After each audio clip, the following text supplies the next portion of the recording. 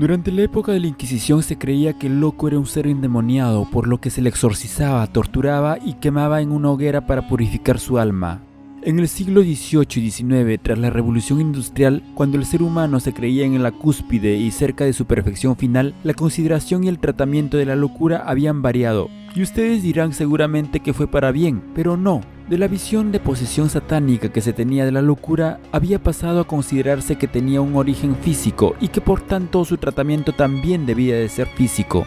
Y fue así que se crearon los manicomios, lugares sombríos donde los locos eran sometidos a las torturas más crueles que se puedan imaginar, torturas para las que incluso se habían creado instrumentos exclusivos, buscando muy entre comillas el origen de la locura, para luego, según ellos, lograr su cura. Sucede que los médicos de entonces eran formados solo en los campos de la anatomía, la física y la química aplicadas al cuerpo humano, pero la mente estaba olvidada. Para ellos no había nada dentro de nosotros, o sea en la mente o en el inconsciente, que pudiera provocar algún tipo de enfermedad, hasta que llegó un hombre dispuesto a explorar y sumergirse muy adentro del ser humano, lugar al que llamaría inconsciente, donde se encontró con un tormentoso mar de recuerdos ocultos, violencia salvaje y primitiva y deseos inconcebibles para la razón. Un hombre que con ese descubrimiento se bajó al ser humano de la cúspide construida con su propia fantasía, para hacerle ver hasta el último detalle de su naturaleza oculta, pero no para mal.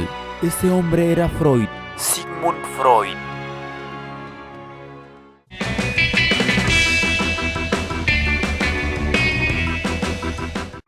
Un hombre como yo no puede vivir sin un caballo de batalla, una pasión que le consuma, un talento. Yo he encontrado mi talento y es el servicio. No conozco límites. Mi talento es la psicología. Freud nació el 6 de mayo de 1956 en Pribor, una pequeña ciudad al este de República Checa, aunque a los 4 años se mudaría a Viena, en donde vivió durante casi toda su vida. Aunque sus teorías irrumpieron con gran controversia en el mundo científico y al día de hoy siguen generando grandes debates, sin duda su aparición cambió completamente la visión que se tenía hasta entonces sobre la naturaleza humana. Si bien Freud crea toda una estructura para describir la naturaleza humana, donde realmente centra la mayor parte de sus inquietudes, esfuerzo y pasión es en el inconsciente, donde se encuentra con un mar revuelto de instintos y de fuerzas ocultas que determinan la conducta del hombre, fuerzas irracionales e impulsos primitivos sobre las cuales no tenemos mayor control. Allí en el inconsciente, decía Freud, se almacena todo el estiércol de la vida, estiércol que sin embargo es generador de esas fuerzas ocultas que influyen sobre nuestra personalidad y nuestro desarrollo como seres humanos. Y aquellas fuerzas elementales son movidas por el deseo y la agresión, representados por el ello del que hablaremos más adelante. Antes de Freud, los sueños servían solo para el arte, la religión y la cosmovisión, pero Freud descubrió en ellos el primer eslabón que nos conduce a lo más profundo de nuestro territorio psíquico. Descubrió que a través de los sueños podía hundirse para encontrarse con el inconsciente y extraer desde allí el significado y por tanto el sentido que tienen los sueños para nuestra actividad consciente, en nuestra actitud o comportamiento en la realidad en la que nos movemos. Hacia la década de 1890, Freud había desarrollado un método novedoso pero fascinante en el tratamiento de sus pacientes, asociación libre, la cual consistía en relacionar todo lo que viniera a la mente del paciente para darle un sentido. Sin embargo, Freud quiso tener una experiencia más profunda y personal con ese método, así que decidió autoanalizarse. Este fue un hecho histórico en la psicología. Cada noche, tras terminar las sesiones con sus pacientes, Freud se acostaba en su diván. Como notación, el diván fue instaurado por Freud porque descubrió que era más fácil ingresar en el inconsciente de una persona acostada. Desde entonces, como ustedes saben, el diván es un símbolo para la psicoterapia. Bueno, acostado, Freud comenzó a practicar la asociación libre con sus propios sueños.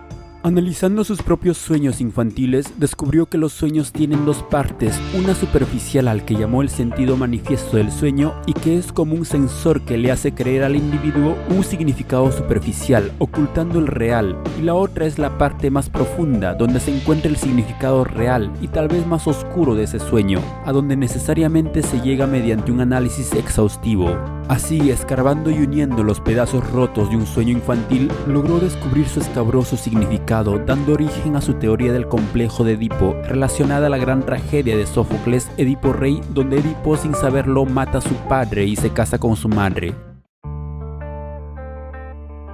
El complejo de Edipo es la base de toda la teoría freudiana, pues en él se configuran ya los temas del deseo y de la agresión que nacen en la época infantil del ser humano, los cuales lo acompañarán durante toda su vida arraigados en el inconsciente, desde donde provocarán fuertes conflictos con la parte consciente, esa parte que se relaciona directamente con la realidad social. El deseo y la agresión que se encuentran en la parte inconsciente son representados por el ello, y entre lo inconsciente y lo consciente se encuentra el superior, que representa toda la ética y la moral que se nos inculca desde niños a través de nuestros padres. Por tanto, el superior es la parte que reprime al ello, aplacando sus deseos y nuestra agresividad interior. Y en la parte consciente se encuentra el yo, que es la parte que se comunica directamente con el mundo real y además tiene que lidiar con el conflicto del ello contra el superior. Sin embargo, el ello traiciona y a veces sus pulsiones logran salir a la superficie, o sea, a la realidad, ya sea en forma de chistes o lapsus, a los que Freud denominó los actos fallidos. Pero la mejor forma en la que el ello podría emerger es en forma de arte, como lo explico en el video que coloco en la parte superior derecha.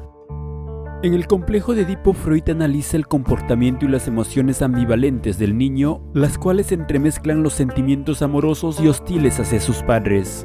Freud llega a esa conclusión a través del autoanálisis de su sueño, en el que descubre su significado prohibido, pues descubre que cuando era niño le dominaba inconscientemente una fuerte ansiedad por el deseo sexual hacia su madre, reprimido evidentemente por su padre, por lo cual se había instalado en él el deseo inconsciente de matarlo.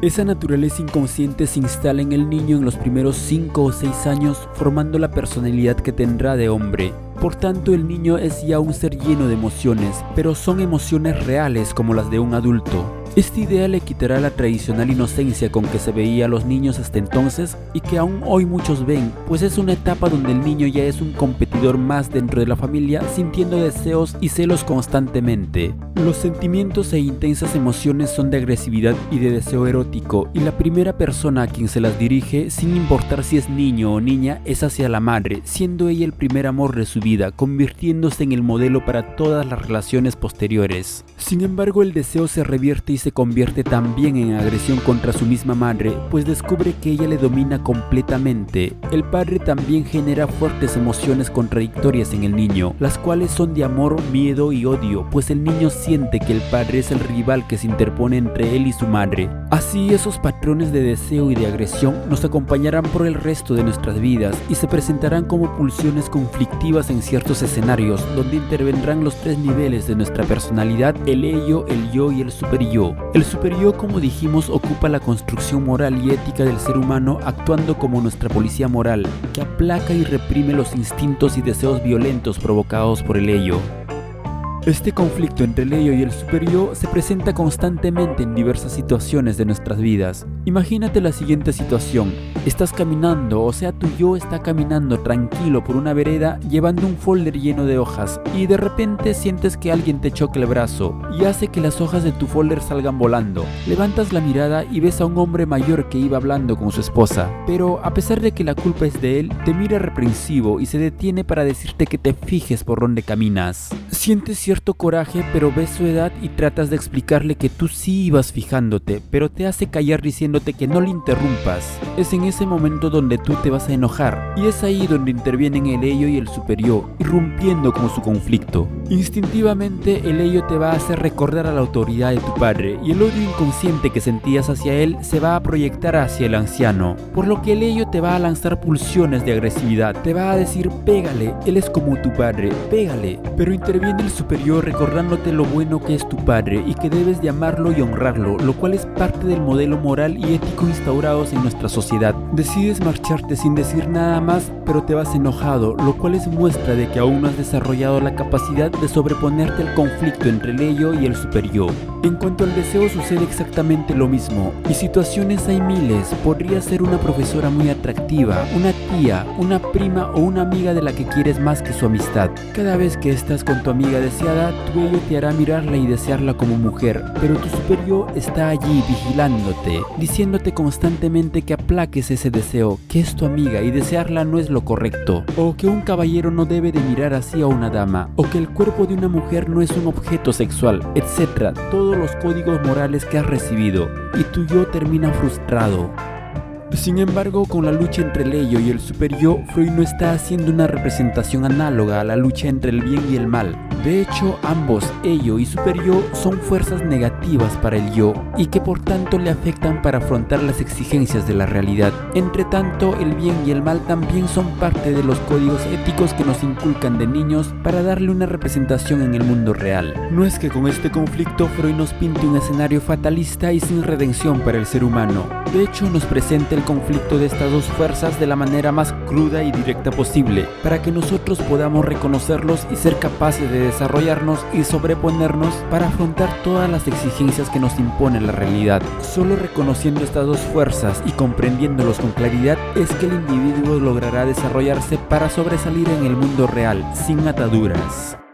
Te agradezco de corazón que hayas llegado hasta esta parte del video. Me encantaría que dejes un like, suscribirte y comentar si tienes una opinión sobre este tema. Un abrazo y hasta la próxima.